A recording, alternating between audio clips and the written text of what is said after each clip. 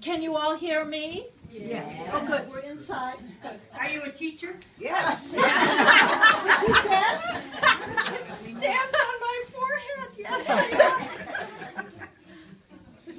I'm so honored to celebrate Pat on this lovely occasion among her devoted family and friends. But first, our heartfelt thanks to Sharon Bentley for welcoming us to her beautiful home and garden, and for joining with Helene and Steve Goldwater, Mary and Fritz Weiss, and Lil Torres in planning and providing for our party. And special thanks always, yes, here. Special thanks always to Ann Doskow for the artistry of the invitations that grace this event and so many others. I wish to honor Pat by telling a story of how our friendship began. A friendship that has so enriched my life, as it has for each of us here. Please feel free to add your own words too, and to toast or roast Pat as you wish. And Pat, you are most welcome to have the final word in reply. I'm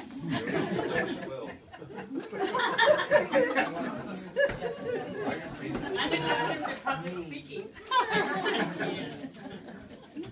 Many years ago, when I was totally immersed at Pomona College and had little connection to our wider, vibrant Claremont community, Pat approached me after a lecture I had given. She introduced herself and then asked me an intriguing question. What is your favorite Shakespearean sonnet? Before I could reply, she said, here's mine.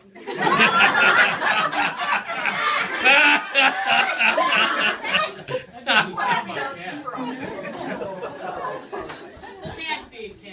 Sonnet 73. And she recited by memory the Sonnet 73. That time of year thou mayest in me behold, when yellow leaves, or none, or few do hang upon those boughs which shake against the cold, bare ruined choirs, where late the sweet birds sang. In me thou seest the twilight of such day, as after sunset fadeth in the west, which by and by black night doth take away, death's second self that seals up all in rest. In me thou seest the glowing of such fire, that on the ashes of his youth doth lie, as the deathbed whereon it must expire, consumed with that which it was nourished by.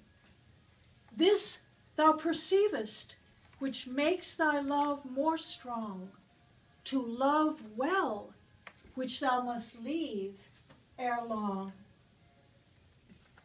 I was touched and amazed. I remember saying to Pat that I loved this sonnet too, Shakespeare's haunting meditation in successive images of a winter season, a fading day, and an expiring fire, of aging and death, and the separation from our youth and those we love that inevitably comes in time. But I was baffled too.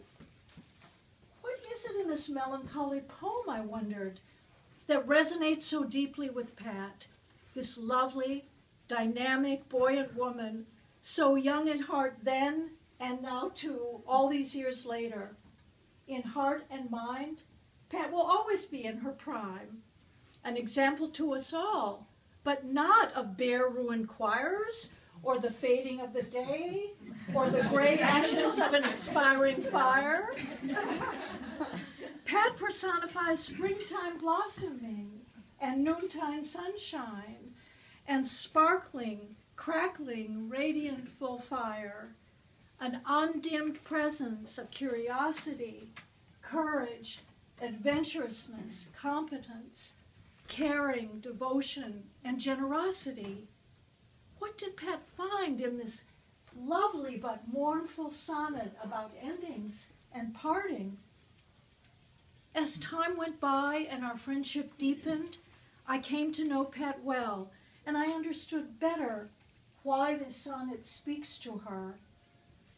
Pat lives fully and joyfully in the present moment, And she plans strategically and happily for the future because she looks squarely at the realities of life, of aging and departure, and she does not flinch or fear them.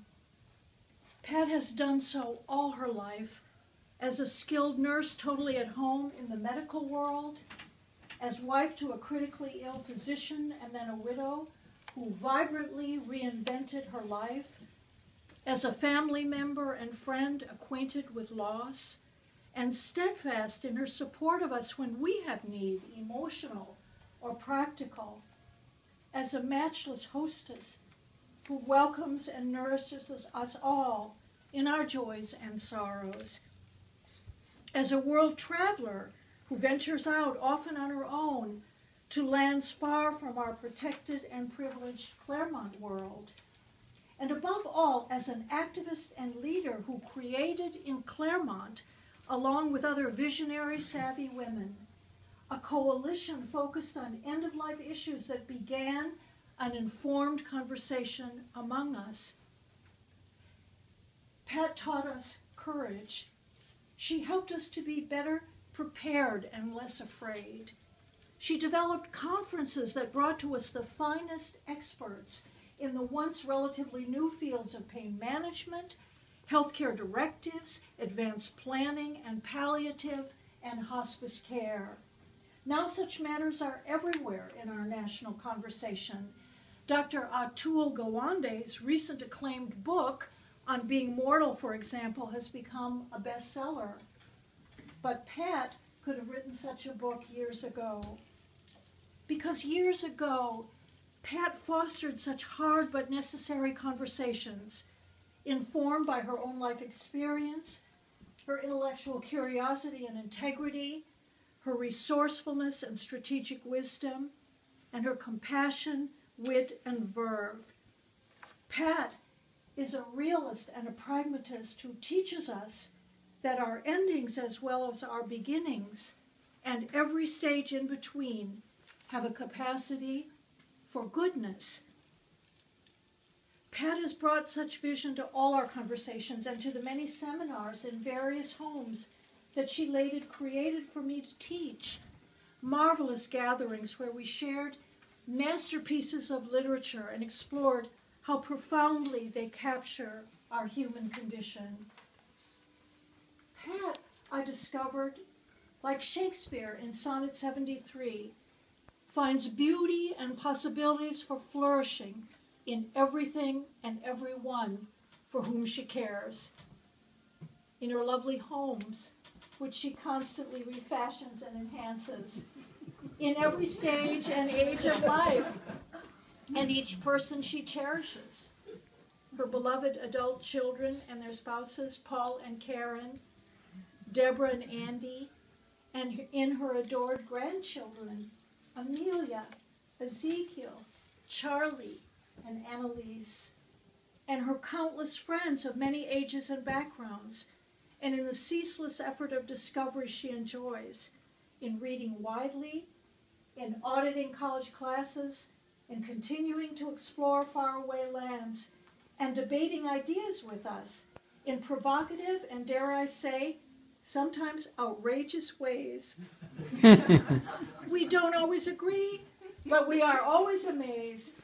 Pat loves the liveliness of engagement and argument with minds that are informed and attuned to the vexing complexities of this world.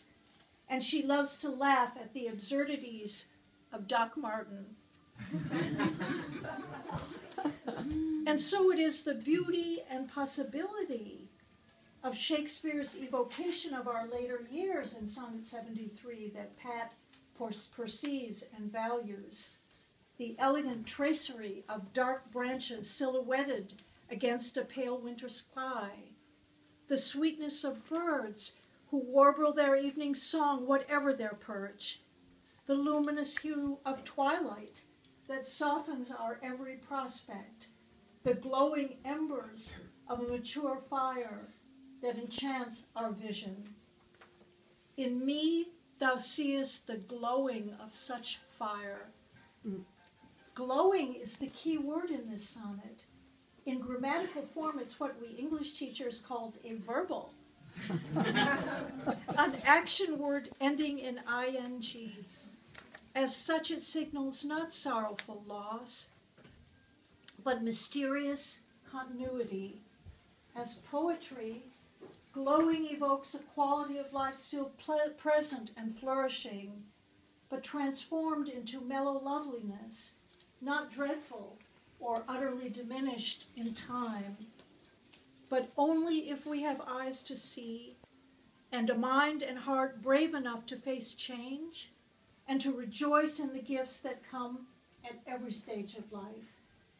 Glowing, this is the word I associate most with Pat and her capacity to perceive and to love well, whether she departs or stays or visits us as she must, and we will surely visit her wherever she may find and create a new home. Pat, we love you well in return, though you must leave us ere long. We send you off to your next grand adventure with lines of celebration and gratitude that conclude Shakespeare's two magnificent expressions of friendship. Sonnet 30. If the while I think on thee, dear friend, all losses are restored and sorrows end. And Sonnet 29. Haply I think on thee, and then my state, like to the lark at break of day arising from the sullen earth, sings hymns at heaven's gate. For thy sweet love remembered such wealth brings, that then I scorn to change my state with kings.